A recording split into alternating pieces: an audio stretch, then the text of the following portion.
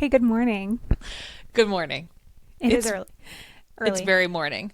It's very morning. Although, is it? I've been up for 2 hours already. Same. Well, no, wait. 2 hours would be 6:30. So I've been up since 5:50 something. Oof. That's dark. So sorry. Unfortunately, it is not dark, which I think is part of the problem. It's light. Yeah, no, I meant more like spiritually dark. Yes, it very much is. Well, we're recording on Sunday, which means this episode is going to be very right hot off the press, coming out tomorrow. Because, if this podcast is known for anything, it's known for its really timely takes on current events. Planning. Just always ahead of the curve. Finger on the pulse. Here. Always. Yeah. By the way, this is a podcast and we haven't done this in a while. So for any new listeners, welcome. Oh, yeah, that is a great point. This is, in fact, a podcast. This podcast is called You're So Right. I'm Rachel. I'm Caitlin. And we're so happy that everyone's here. One really cool thing about our podcast that we love to see is that every week we pick up new listeners, which is a main goal. So for all of those new people joining this week, we love you. Thank you so much for deciding to take this journey with us. And we hope that you'll go back and listen to previous episodes if you like this one. Oh, yeah. It's very fun. Yeah. And I would just say, buckle up because this journey is going to be full of ups and downs and detours and side trips and who knows where we will go or where we end up. We don't even know. It's a mystery. We literally do not know when we get on mic. And that is the fun part. That is the fun part. Okay, so how was your week? What's going on with you? Oh, well, I'm exhausted. Thank you so much for asking, Rachel. And then I'm exhausted because I was on a really nice vacation for a week. With your kids. With my kids. That's the problem. So we get it. Yeah. We went down. My parents just moved in May out of my childhood home of 38 years or something. And they moved down to Coronado in San Diego. So we were visiting them for the week, which was super fun. But it is exhausting being on vacation with your kids, and I think plus your parents and yeah, even if they're helpful, it's a lot. And my parents are helpful to a degree. They're as helpful as they want to be, which is how helpful they're allowed to be, if that makes sense. I would love if they were the parents that were like, leave the kiddos, we're gonna go, you guys go off and have dinner, go off and have lunch. They're not that grandparents. Got it. They are, I can be in the room ignoring my children and they'll pay attention to them. Wonderful. But that's about the extent of it. That's something. Which is something, and I'm so lucky for that. And again, though, I didn't have any again, it would be great if they were, did a little bit of more of taking it on themselves. But again, it's not their responsibility. They don't have to do that. They don't have to do any of that. And so I don't begrudge them that. I don't hold it against them. That's really nice of you. I can't believe how evolved I am. It's very mature. Very mature. Sometimes my boss used to say every now and then you get a little wood on the ball. Every now and then I do. I get something, and I would sometimes say things and he would just say, it's not just a hat rack, meaning my head, my brain. Ah, cute. I like that. Yeah. I like that. But it was really nice. It was just very tiring. And then again, with my parents there, it's I'm almost on double alert because my kids are extra crazy because they're on vacation in a new space and there's so much sugar.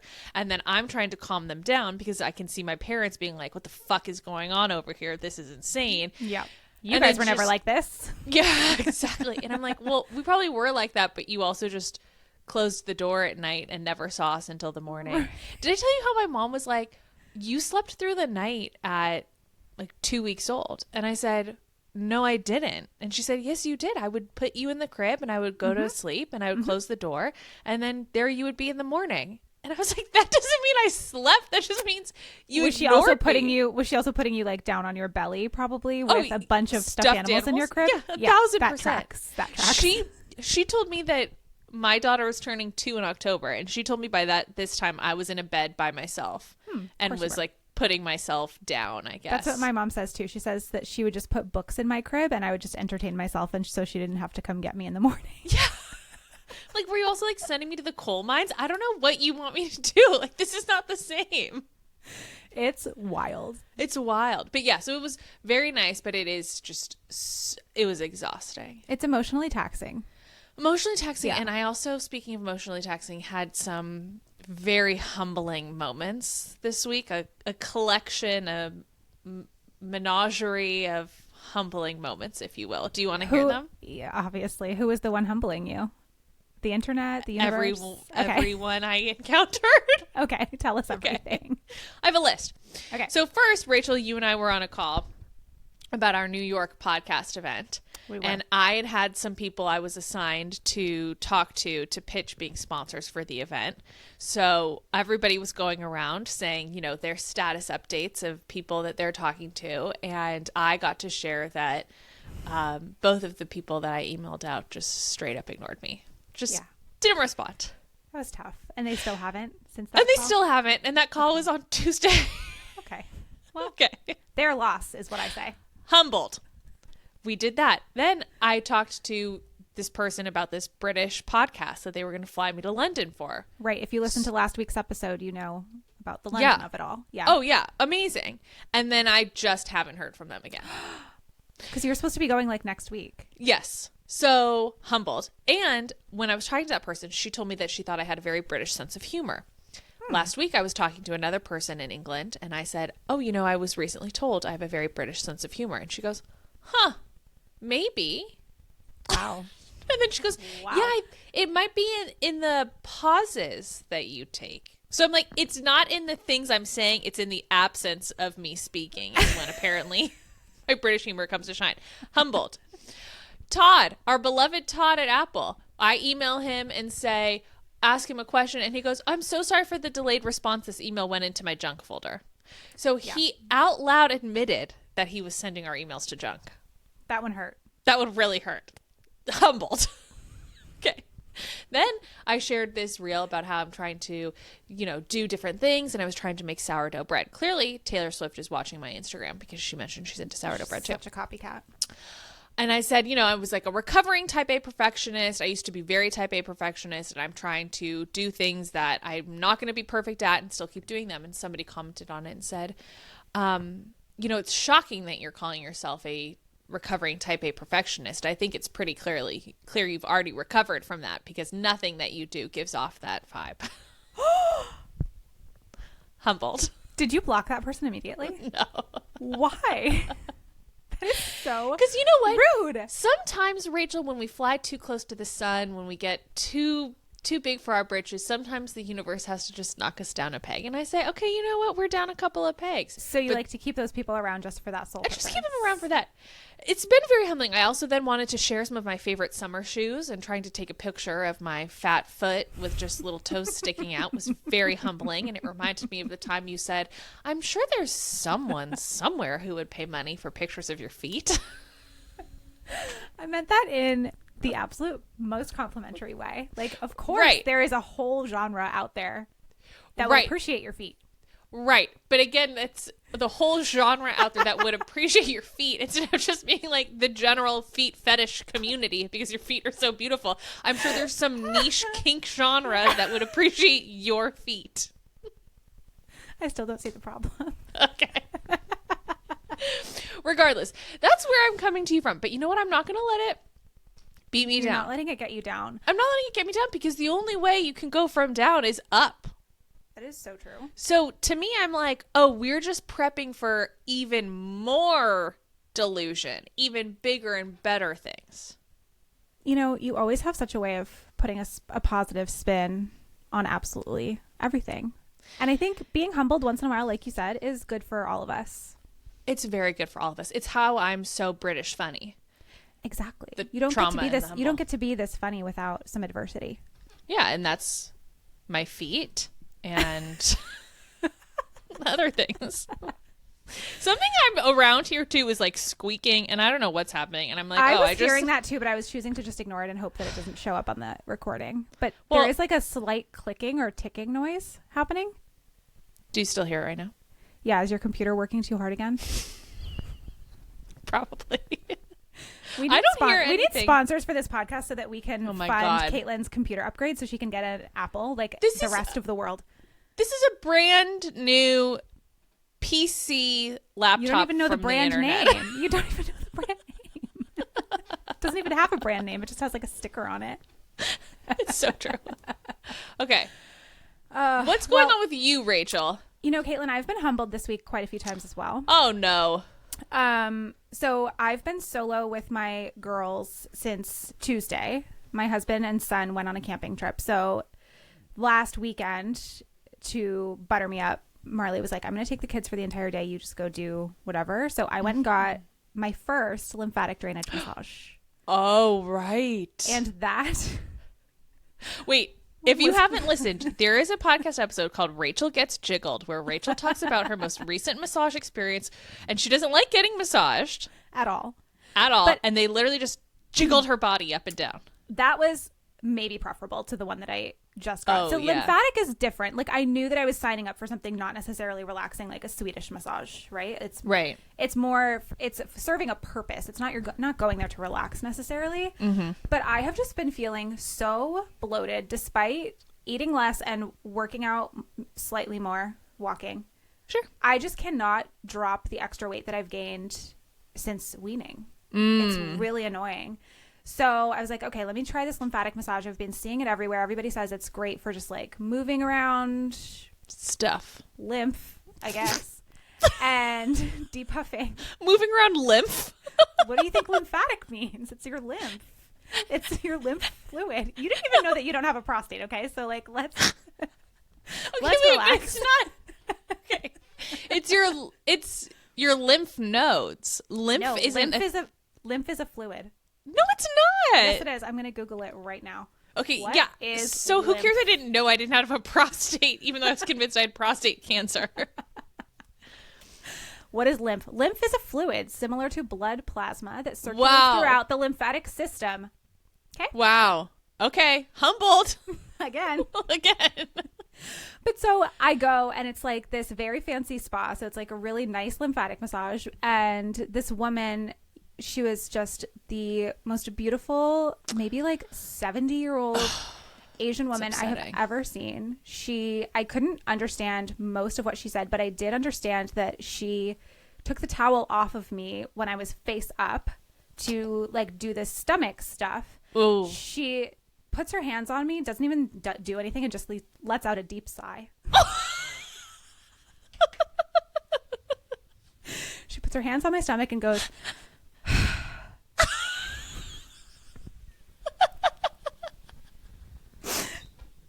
like, what's going on? And she says, your belly is very cold. Oh. And I was like, oh, okay. My God. So sorry. She's like, you drink cold? I was like, yeah, I drink cold. I don't know. And she starts to really lecture me very sternly about how I should not ever be drinking cold liquids. Wow. Oh, so it was like a little Ayurvedic almost. Yes. So she really knew her stuff. I mean, there's like all of that Ayurvedic, Chinese medicine. They all say that, right? Like you should never drink iced beverages or like drink, you're not supposed to have cold things for breakfast, all of that stuff. So I did know that, but I wasn't thinking I was going in to get a lecture. So that was pretty humbling, but the rest of the experience was actually great. Now, are you going to start drinking warm? No. Okay. Actually, I will say I try my best to not have really cold beverages ever. I usually just drink room temperature, and then in the morning I have coffee, so that's usually hot. Yeah. Or bone broth sometimes if I'm feeling really healthy. You know, I have found I too just am constantly walking around like a bloated, inflated balloon. That's how I feel internally. Yes. And I'm not good at then like taking steps to address it. Well, neither am I. That's why I've never done this before. And right. It was the only time I've ever done it, and I probably won't do it again for another 6 months. But are there people that walk around not bloated? I just thought that was like a condition of being a woman. I mean, judging from like the imagery that I see on social media, it looks like there are a lot of people that are not. But maybe that's just because I'm on like a really toxic side of TikTok where I'm just following all these gorgeous, where you're getting the internet 20-year-old girls. Yeah, you're getting the internet equivalent of that woman looking at you and going, ugh. where you just have to like, you feel like you need to apologize just for who you are and how disgusting you are. Exactly. That was the vibe. That was 100% the vibe. Okay, so you did that while your husband and son were camping. So I did that before they went camping because that was like my butter up day because he was leaving me at home for 5 days, which actually we talked about this when you were solo a couple weeks ago on the podcast. It's actually kind of easier in a way to be completely solo agree. Sometimes. It's just a little more boring. Yes. And I get really scared at night when I'm home alone. Oh my God, Rachel, I get so scared. And do you know who else gets really scared? Your children. No, my fucking dog. Oh no, your dog's supposed to protect you. Exactly. She gets so spooked when my husband's not home. She totally knows, and she acts she so knows different. You're weak. She barks all night. Oh, I don't care for that. No, she barks all night, so I'm constantly thinking someone's breaking in. Oh yeah. No, it's like I want to just send her away when he's gone because honestly she just you should makes because it worse. Also because I feel like she's barking because she senses that you're weak. 100%. She's like, this bitch isn't going to protect Yeah, she's me. like, don't leave me alone with her. No, I get so scared anytime I'm alone, and I'm like triple locking the doors. I made both of my children sleep in the room with me so I could same. lock the door. We all slept in the same room. I'll have to sleep in the same room. And then anytime my son or daughter is acting weird about something, I'm like, what do you see? What do you feel? Like, what are you picking up on? Yeah. Are you sensing something? It's so bad. Yeah. It's so bad. It's the only time I think like maybe I should get into firearms. So, okay, speaking of firearms. Oh, that's a segue you're not going to hear often on this podcast if you're new here. Maybe never again. Hunting Wives. Oh my God, so good. So you hit it on the head when you said it's so bad it's good. Yeah. Because it is a terrible show. Horrible. The wigs are criminal. What is going on with that? Criminal. Like someone needs to be locked up for those. Yeah. It is. I don't understand so why bad. She couldn't have just had her normal hair. With extensions. Yeah. I don't get it, but there are several really bad wigs. But it's such a good show. I'm only 2 episodes away, and I think I have a theory on who did it. But when I first started watching, the first couple episodes, I was kind of like, wait, is this like pro-gun propaganda? Because they were making guns look cute and like sexy and fun. And I was very confused about what I was watching, and then quickly figured out we're actually making fun of that kind of stuff, like conservatives, but like it was a real mind trip for a second. It is a mind trip. And you know what? When I was watching it, it really made me realize that we are in such a bubble being on the West Coast. Yes. We are the coastal elites. And we don't get it. We do not fucking get it. That is the problem. We don't get it. I'm watching that and I'm like, what? And then I sent you, Rachel, an influencer who I think would be in that circle. Oh my God. These Texas mom influencers are a different planet. Caitlin, like, the rabbit hole that I went down when you said Turtle Creek.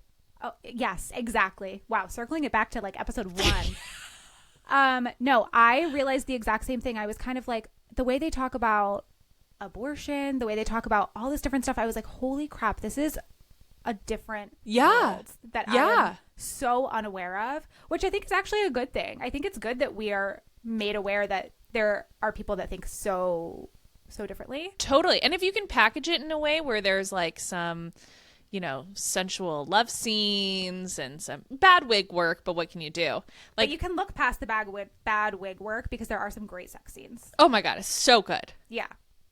And it's kind of funny. Oh yeah, I think it's such a bad good show. That's what I need this time. I don't need shows that challenge me. I don't need shows again that try to make me think. No. I need the thinking off. That's why I spent so long on Love Island, because I was like, this is the trashiest thing I can possibly find. Yeah. But Hunting Wives has been very good. I was really happy you recommended it. And anybody that's looking for something, watch it. Maybe don't watch some of the later episodes if you're trapped in an MRI machine and you're not sure if the man operating the machine is watching the show along with you. Correct. Because listen to last week if you're confused about that. That added a spike of anxiety and cortisol to the experience that I was not anticipating. That you really didn't need. Now, but when we I want to go back to you talking about being bloated, which is that. I'll have to talk about that all day. Okay. I thought the other day, when I was thinking how bloated I felt too and how I just generally feel very sluggish, like I am not good about being proactive about my own health. Me either at all. And I just don't even know where to start. And I feel like that is something I should do. But then sometimes I'm like, am I too far behind? Right. Like it's too late for us. Right. Like, am I just committed to this? Just like dig my heels in. There are a couple of influencers that I follow that share a lot about this type of thing. Like they're in perimenopause and they're just like not feeling great. And they are sharing their journeys of like working with these amazing doctors and getting on all these supplements and stuff. And I'm just thinking to myself when I'm watching this, who has the time? Yeah. And doctors like that are so expensive. So expensive.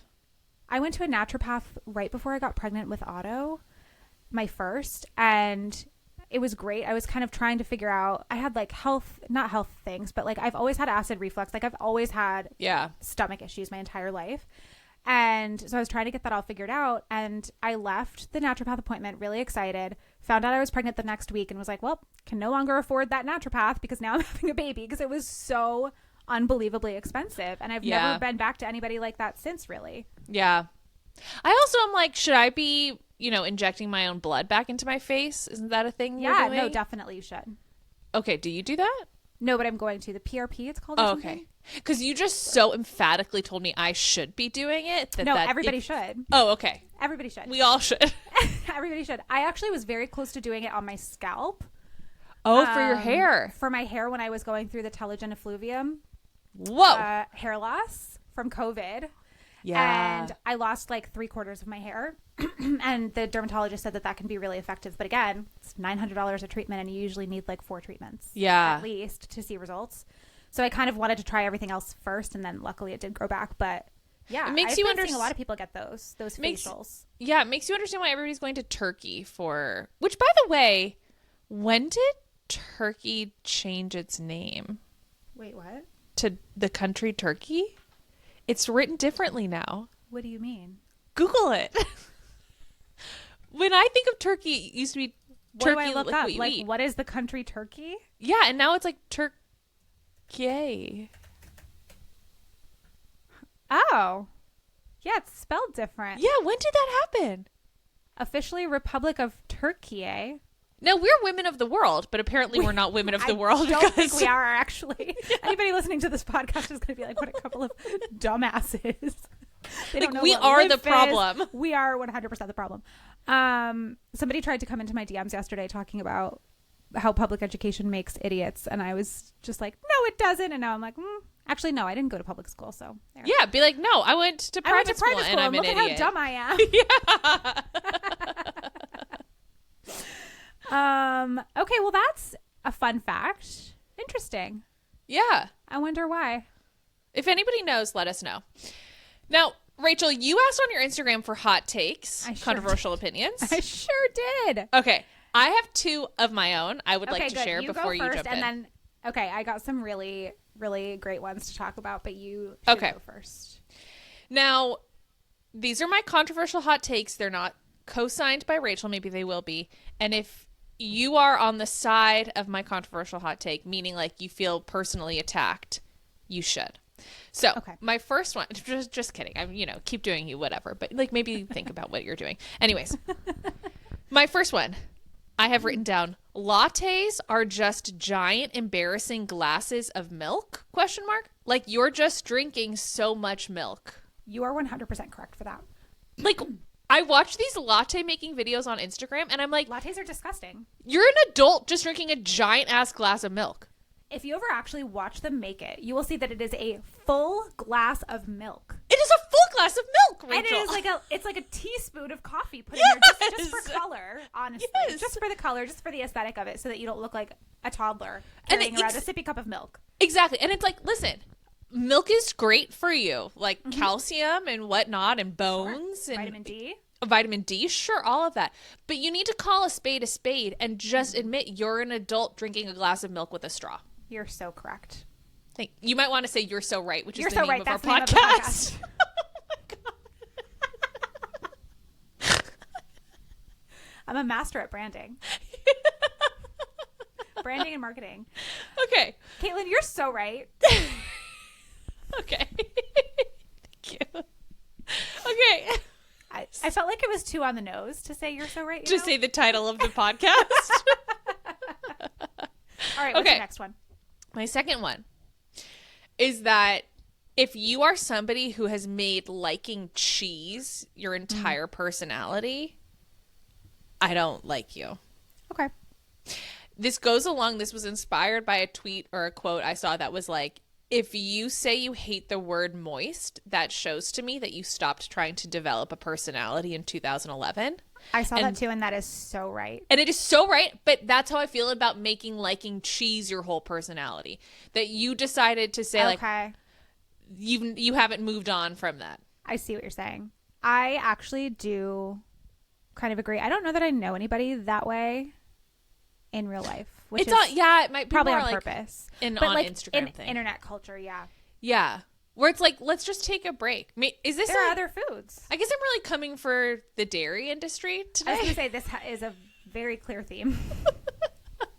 But it was coming like for big dairy. You know, I'm coming for big dairy. It was like 2011, truly, when we were putting bacon on cupcakes and everybody was ordering the Brussels sprouts at the restaurants. Just to be contrarian. Like, yeah. I actually love Brussels sprouts. Yeah. Well, and then it's like, of course you love them because they're fried and covered in like balsamic and had bacon on them too. Right. So I feel that way about cheese. Okay. It's like, you can like cheese, but I don't need to know about how much you like cheese. Okay. That's fair. Okay. Those are my 2 hot takes. Okay, great. I will share some audience hot takes. Okay. This one I don't think is such a hot take, but I think it is interesting because so many of our listeners are parents. And if you haven't discovered this hack, you really need to. This person says date nights are very overrated. Day dates are superior. And I actually really do agree with that. I couldn't agree more. Yeah. And I think, so someone told me one time, you take PTO, like on the same day as your spouse or your partner, you send your kid to daycare or school, and you guys have just like a whole day date. That is a great idea. I think I could not agree more. Nighttime, it just makes everything also feel more complicated because one, you have to find somebody to watch your kids at night. And then you're trying to do, are they going to do bedtime? And then do you have to figure out what they're going to eat for dinner? And it's all of that. And then you're exhausted. And you're exhausted. I don't want to go out at 7:30 or 8. No, I'm asleep. I have to go to a 7:30 dinner in a couple weeks. And I'm like, wow. What are you doing at 7:30? It's so late. Exactly. We're going to dinner. With who? And then they want to do drinks after. What? I know. My husband's best friends from high school. We're doing there's a summer birthday. Oh, that's cute. Everybody has summer birthdays. So we're doing cute. A celebratory. Yeah, it'll be fun, but I'm exhausting. Going to have to take a nap. Yeah. No, day dates are the way to do it. And I also think too, people don't understand the privilege when they say things like, oh, you should be dating. You have to be dating your spouse. You need to go on a date. It's like to have the money to afford a weekly date and a weekly babysitter. You're doubling the cost right there just because of the babysitter. Yeah. Or to have someone who can watch your kids like a grandparent. That's not easy for everyone. No. Yeah, that is such a pet peeve of mine. Yeah. Okay, hit me with the next. This is so funny because I asked for unpopular opinions. We're not going to discuss this one because this one is just an obvious yes. But whenever I ask for unpopular opinions, people just want to tell me their strong opinions. You know, instead, they don't realize that it's actually, this is universally just agreed upon. Maybe universally to us, but countries are changing names and people are having sex. Okay, with well, guns why don't you tell me why don't you tell me if there's someone that would enjoy this? Okay. She says, when I see a Band-Aid floating in a pool, I want someone to go to jail for it. Oh. I would say, you know what? Honestly, that doesn't even bother me. What? You would see a Band-Aid in a pool and not be bothered? I mean, I'd be like, gross, but what am I supposed to do? Take my kids out of the pool? I guess not. Because also I've been in a situation where I've had my own children's Band-Aids come off in the pool and I haven't noticed until I've taken them out of the pool. Oh, very true. And then I'm like, well, guess there's that. There was a Band-Aid clogging our tub drain a couple weeks ago and I didn't figure out it was a Band-Aid for a very long time. Okay, next one. Dogs. Now, you're not really a dog person, are you? You don't have a dog. I don't have a dog. I like dogs. There's many aspects of dog culture that I appreciate, but I do not have my own. Okay. I do. So let's see if we differ on our opinions on this. Dogs belong in parks and at home. Stop taking your dogs everywhere. Oh, amen. I actually fully agree. Yeah. And I wonder if this is also a real LA thing because everybody has those quote unquote emotional support dogs. Same here. And I think it's just you want to bring your dog around. Yeah, no, it's everywhere here. There are actually, I don't know if this is still true, but it was true for a while, that there are more dogs in San Francisco than there are children. What? Mm-hmm. And it's a real problem. Wow. Yeah, I don't want to see your dog anywhere. And I also hate then when people act like, isn't it so cute my dog's here? And I should be so excited to see their dog in the grocery store. I will purposely look at a dog and not smile. Same. Just so that the person knows how displeased and unamused I am at their dog. Rachel, no, 1,000%. I actually don't think it's adorable that your dog is just here existing. Like, I think it's actually irritating and annoying and disgusting. Yes. 100%. And I have a dog, and I love my dog, but... Yeah. No, I will do that exact same thing. Well, I will look at them and I will not smile at their dog. And if their dog is trying to, like, jump up on me, I will look at them like, get your fucking dog away from me. If the dog even comes near me or my child, I will not be okay. Yeah. And again, this is not, there are many very responsible dog owners, but I don't need to, again, see your dog when I'm asking to get my, like, boar's head shaved honey baked ham at the deli section. No. And your dog's hair is just flying around. No, they shouldn't be in there. And dogs at restaurants, it's just annoying. It's just annoying. Leave your dog at home. It's okay. Even people like people in our family will bring their dogs everywhere. Like if there's a family dinner or something, the dog can't be left behind. What? So every time we get together for a family dinner, there's like 20 dogs. But what are people like worried about their dog? Why are we doing this? I don't know. We leave our dog at home every single time and she's absolutely fine. So yeah, because like why wouldn't you? Exactly, Caitlin. Okay. Oh my God. Don't get me started. Okay. I'm getting worked up. Okay. This one is very topical. We do, unfortunately, for anybody listening that's not a fan, we do need to talk about the Taylor Swift of it all. Oh, yeah. So a bunch of opinions came in about her. Okay. It's always funny to me, too, because anytime I do these unpopular opinion polls, I get a bunch of people writing in, I actually don't like Taylor Swift. Teehee. Like, that's actually a very popular opinion. There are a lot of people that dislike her. Okay. Yeah. This person, though, said there's no way Taylor Swift can be a good person because she's a billionaire. Oh, I don't agree with that. I don't either, which as a rule, I do think it's probably true when people say, you know, there's like no ethical way to be a billionaire. But I feel that she's the exception. Yeah. I mean, I think, so what is this person wanting though? Are they thinking because she's a billionaire, she should be donating or giving all of her money away? I think so. I think that's the argument, is like somewhere along the way, people aren't getting paid enough. Mm-hmm.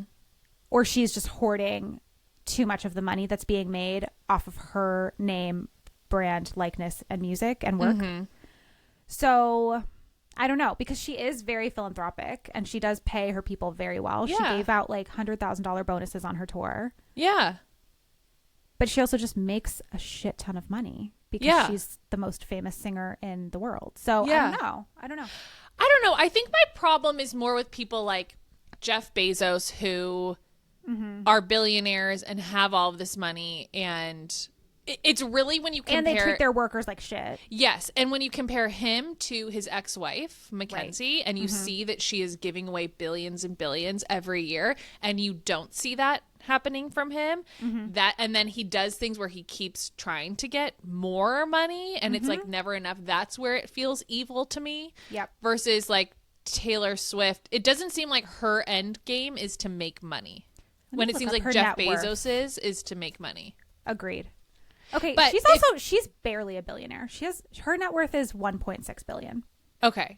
Yeah, that's nothing. It's not even that much, you guys. But listen, if I were to be a billionaire, I would love it.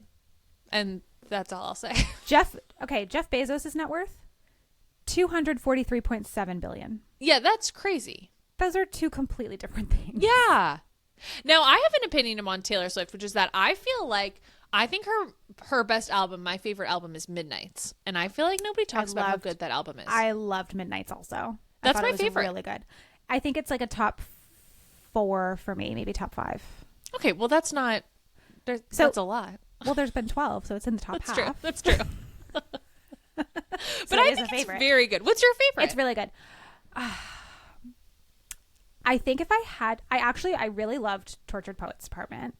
Okay. But I think I'm more, whenever somebody asks me this, I really don't know how to answer because it really depends on my mood. Like, I love folklore. Oh, yeah. Big folklore girl. But I also love Reputation. Okay, interesting.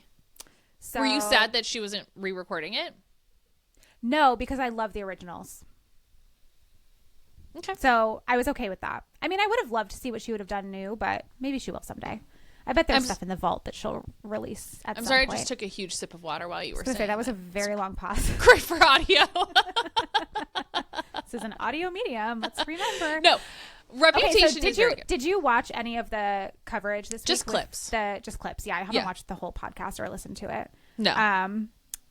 Maybe I will at some point. I love her. I don't really feel like I need to see 2 hours and I of them think talking. making loving Taylor Swift your whole personality is similar to making liking cheese your whole personality. And I'm going to say this. I also think Taylor Swift is somebody who would make liking cheese her whole personality, because this might be. She's a huge dork. She's such a dork, and she's embarrassing. Yeah, she's like a very cringe millennial. She's and like so cringe. I love her, so I love that about her, and I think it's cute, but she is very much a cringe millennial. And I get why people make fun of her. 1,000%. Yeah. 1,000%. Like, I definitely get it. Yeah. I will say Travis Kelce has never looked hotter. Oh my God. He's so hot. I was watching that interview and just like only clips of it, just kicking my feet at how cute they are and how in love they are and how obsessed with her he is. Now, he strikes me as somebody that would give her like a nickname. And this, I think, is my most like pick me girl quality, is that I am so immediately like smitten and attracted to a man giving a woman kind of maybe a little condescending of a nickname. Okay. But what? I think that's from even watching like Gilmore Girls growing up, where Logan called Rory Ace, or somebody calling them kid, or something like that. Sex in the City. Yeah. Yes. Like, exactly right. Big called Carrie kid. Mm-hmm. Like, I love that. Okay, that actually is very cute. If it's done in the right way. There were a million comments on TikTok of just certain clips of them where he's just looking at her like so cute, and everybody in the comments was like, he definitely calls her a good girl. And I was like, yeah, he definitely does. That is definitely happening. Do you and Marley have nicknames? No, not really. Do you call each other like babe? Babe, yeah, sometimes. I feel like that was more in the dating stage of things. Yeah. Now it's more just like, you get out of here. You. Why are you in the kitchen? No, we've never really had like specific nicknames. He'll call me like hun or honey. Yeah. But I feel like that's just very standard. We were never big nickname people, but like if some hot guy walked by and called me a nickname, like I would leave my family for him just because he called me a cute nickname. Like, I'm just saying. For all of our male fans out there. Yeah, if anybody's looking for a way to get me. There you go. There you go. You just spoon fed it to you. Just call me Ace, call me kid. The other day, my son called my husband. He was like, hey, big fella. Wait, it's from Bluey. Is it from Bluey?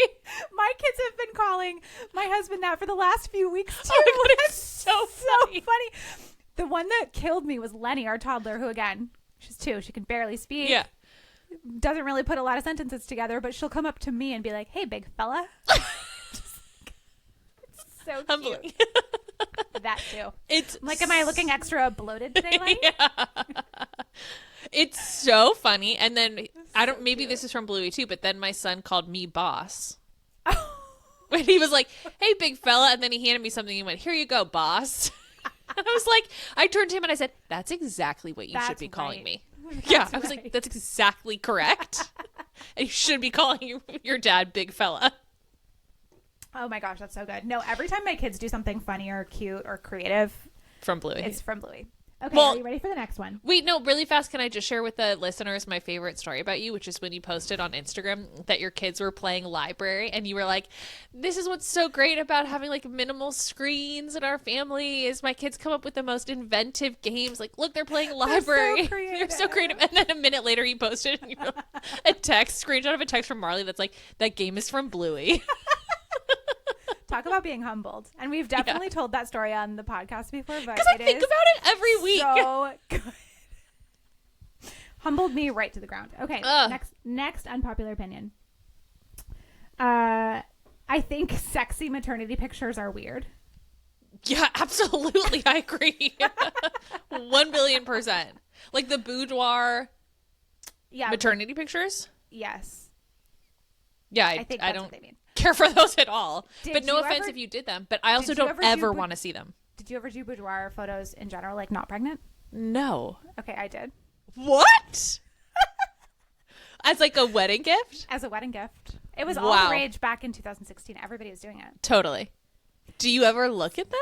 No. Are you kidding me? It's mortifying. Also because, do you remember the glam in 2016? Yeah. I was full face of makeup.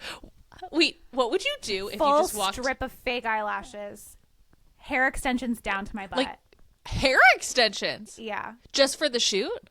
No, I had them for my wedding. Like for my whole engagement, I got them. Because my hair is really fine. And so I just wanted them. So I had them for the shoot and like for our engagement party and for our wedding and stuff. And then I took them out after we got married and I was like... What would you do? Yeah. By the way, I was an entirely different person for the last year.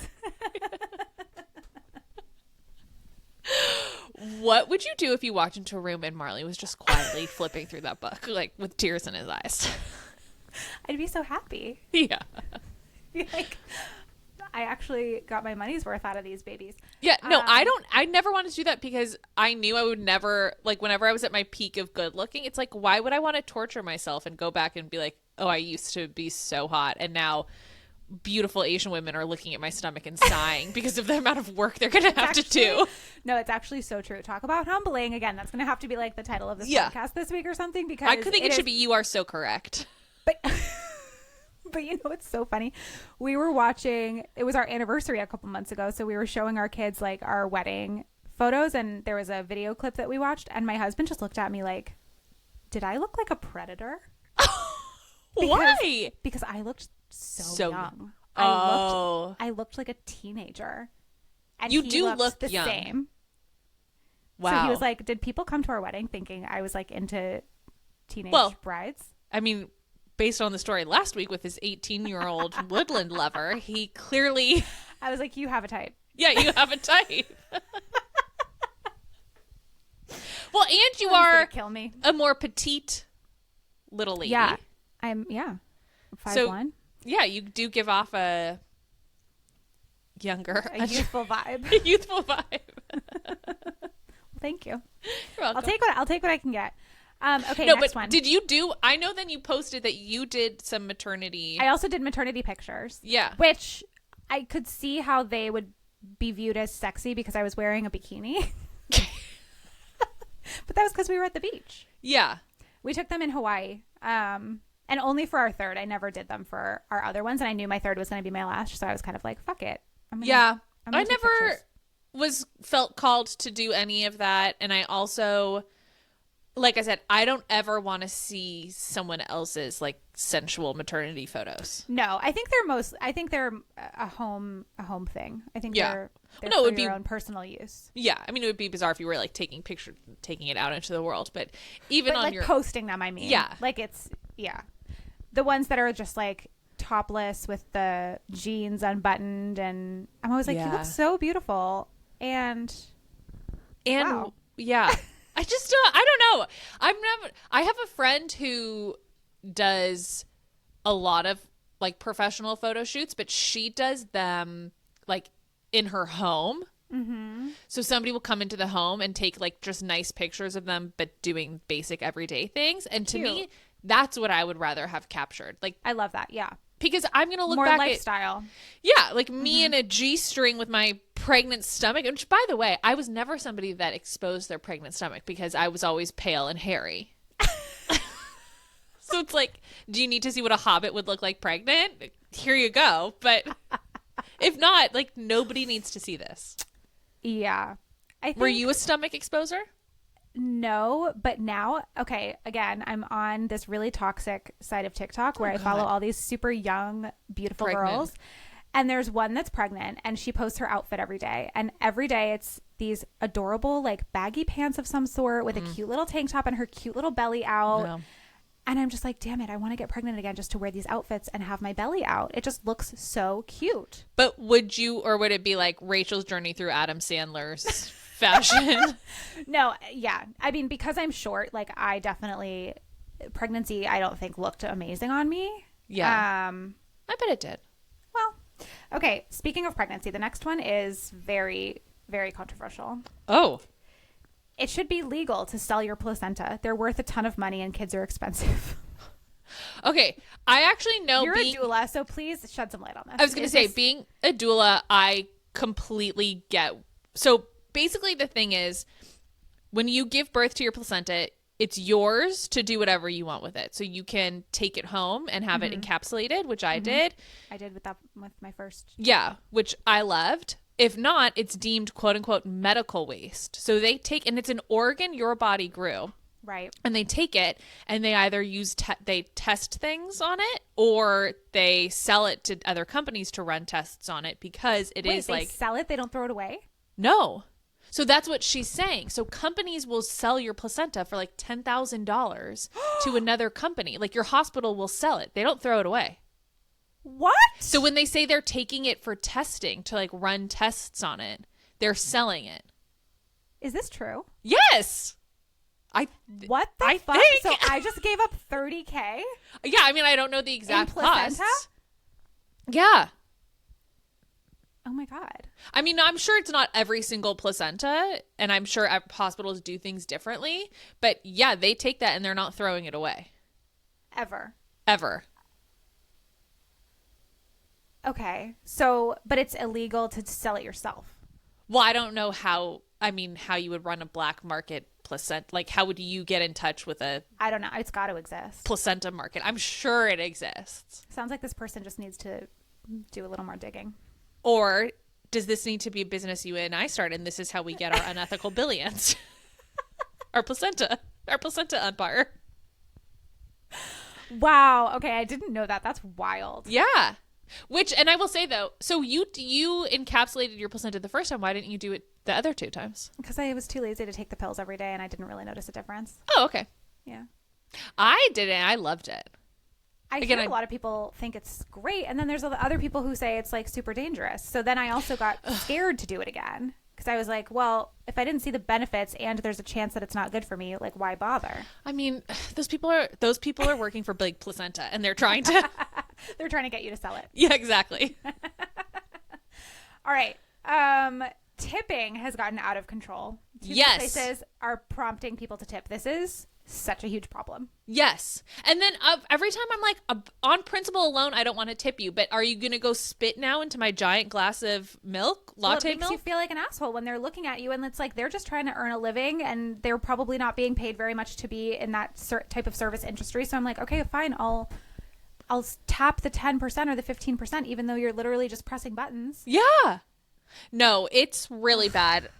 And I don't like doing it, but then I feel so guilty. And then anytime I don't tip, because I'm like, this is ridiculous, then I just don't make eye contact with them. And I love a social interaction in a service setting. Right. But it's hard. This one's really hard. Okay, we agree with that one. Next one is marriage proposals are silly.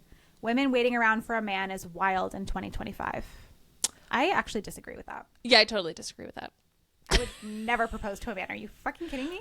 No, is that what they're... Oh, absolutely. Well, like, what's the alternative? I guess if you just have, like, a mutual discussion and decide we're going to get married, but to me, that's not as romantic and fun. I like a surprise. Yeah, and also, like, women have to do so much and put up with so much. Mm-hmm. Like, the least we can get is one brief moment where we are pleasantly surprised by someone expressing their love for us. Right. Oh, totally agree. Yeah. If we let men off the hook where they don't even have to plan a proposal anymore, like, yeah, what are we doing? Yeah, what are we doing? No, that's the one thing. Yeah, that's a terrible take. I'm so sorry. That's the first and only time they are taking planning something onto themselves. Doing like this big romantic gesture. Yeah, they need to keep doing it. Paying a lot of money, like it's a financial investment in you as well. Yeah. For a ring. Listen, if anything, they should be proposing to us every year. Right. It should be a renewal policy. Yes. And then we can decide each time if we want to say yes. Now, On the flip side, though, if you're in a relationship where you're like waiting to be proposed and you've been together for 7 years and your boyfriend still isn't proposing to you and you want to get married, like that guy's just a douche. Yeah, get out. He doesn't want to marry you. Yeah, exactly. I read something where it was like, oh, your husband is such a good dad and so present. And she was like, yeah, I didn't marry an asshole. Yeah, I love that trend. I was going to do it and then I was like, oh, this is going to be so cringy. Yeah. But it's so true. It's so true. Yeah, it's that trend of like, oh, your husband's so hands-on. And the response is, yeah, I didn't marry a fucking loser. Yeah, exactly. No, it's so good. It's so true. We really expect the bare minimum these days. Yeah. Okay. This is another relationship-based one. It's also a little bit political. Do you care? Oh, we'll do it. I can always edit it out. The YouTubers will get it. My husband voted for Trump and I want a divorce because of it. That's really hard. And you know what? Actually, it's very interesting because I was talking to my mom about this weekend. My dad is Republican. He's always been Republican. My mom is very liberal and has always been very liberal. Like she was using reusable grocery bags in the 80s before that was a thing that everybody was doing.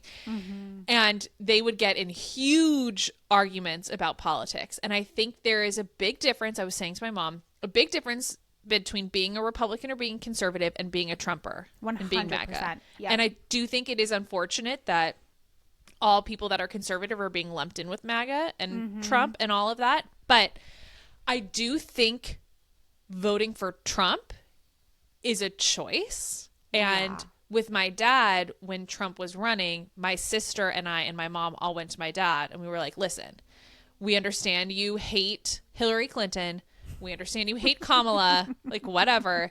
But like on principle, knowing things that like the Trump movement stands for, you cannot vote for him. Like that would actually like cross a line for all of us. And so he just didn't vote. Good for you guys. Okay. So he just didn't vote at all. So he just didn't vote. And we were like, that's fine. Like you don't have to vote for somebody you don't want to vote for. But we appreciate you understanding that like for the 3 women in your life, that's a hard line. That's a hard line. Yeah. And I think that is probably a very real, I mean, you hear about so many people that are like not talking to family members. Oh my God. It's everywhere. It's everywhere. And I think that's very real. And I think unfortunately voting for Trump, especially this second time, you are kind of like sticking a flag in the ground of these are things that I'm okay with. Yeah, exactly. And I will also say though, it's very fair for somebody to do it on the reverse, for somebody to have been like, you voted for Kamala, I'm done. Like, right. You can feel both. It can go both ways. Totally, because you're just, I mean, it shows just an inherent misalignment of your values. Yeah. Right? So it's like, it makes sense that if you're trying to be married to someone and you have very different values and belief systems, that would be a problem and be really hard. And like you said, there's a huge difference between conservative values and Trumpism. Yes. Values. Totally. And a lot of overlap too, but they are very different as well. Yes. Yeah. Okay. What is your view on FAFO? This is everywhere the last couple weeks, and what was it 2 weeks ago? Maybe we talked about our takes on gentle parenting. Yeah. So now everybody's talking about FAFO parenting. Fuck around and find out. Mm-hmm. And so what does that just mean? Like you do something bad, there's going to be consequences? Let me Google it. Google's really working overtime on this episode. Because I want to give like an accurate. Okay, so a parenting style where children are allowed to experience natural consequences of their actions rather than having parents intervene to prevent those consequences. Oh. So I guess like if you see your kid about to make a bad choice or about to get hurt, or you see your kids beating up on each other and one of them gets hurt because of it. Yeah. That kind of thing. So to me, that feels less like... Because I think I saw something about this too where somebody was saying it was FAFO versus gentle parenting. But to me, that feels more like FAFO versus like helicopter parenting. Right. I don't feel like those are in opposition either. Yeah. No, I think I am more of a FAFO parent. I hate saying that, in that if my son is doing something dangerous and I say don't do that and he keeps doing that, and again, assuming it's not going to land him like with a broken bone or concussion, same. Yeah. I will let him keep doing that, because that's also, if I tell him no and I get him down, he's just going to do it the second I turn my back to him. Yeah, he's not going to learn. He's not going to learn. I think there's definitely a time and place for that. Yeah. But also, like, do we have to label No. That's everything the we other do. thing that I was going to say is that it's so annoying that we're calling this now like a parenting style. It's not a parenting style. Yeah. It's just not. But that's what I was saying too when we talked about this on the other podcast is because that is how I lean in parenting. I do feel like people will think I'm so permissive or I let my kids do whatever they want when really it is actually an intentional choice of me wanting them to explore things. And you're not wanting to helicopter. Exactly. And not wanting to helicopter. And that doesn't make me, again, permissive or uninvolved or not paying attention. It's that's the only way they're going to learn things. Exactly. Okay, the next one is the last one, and it'll lead us into like our housekeeping and book talk, maybe where it all goes. This one downhill. This one's a very problematic take, actually. Oh boy, I'll see what you think though. Wait, let me get a sip from my giant water bottle first. Okay, this water bottle really takes a while. I think we need to get the straw. You're really making a whole meal out of that sip. Okay. All right. Listening isn't reading. You didn't read an audiobook. You listened, consumed, finished. You didn't read. Wow. And I know a lot of people feel this way. But and I'm just here to tell you that is extremely ableist. It is, but also like, why would anybody care? Exactly. It's ableist, period. That's not an okay thing to say. Okay, so speaking of, also I love an audiobook. It's like literally the only thing that got me through postpartum.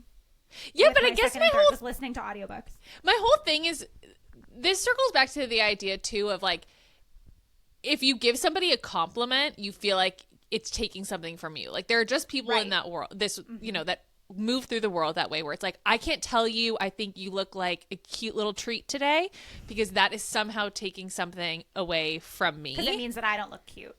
Right. And it's like, well, who cares if somebody listened to a book that's on audio and didn't read it? Like, what does that take from you? You know how to read. You still know how to read. Like, I will still applaud you for reading a book, but I'm not going to do that by shaming somebody for listening to an audiobook. Exactly. Now, you are frozen right now. Do you see me? I see you, but you're very low quality. Okay. Your face is frozen in like a very...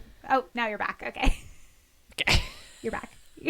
Great. You look beautiful. You know what? It's because the universe heard you say we were going to start our housekeeping, and they were like, time to send it all down the drain. Time to wrap it up, girls. Yeah. Okay, so our book, speaking of books.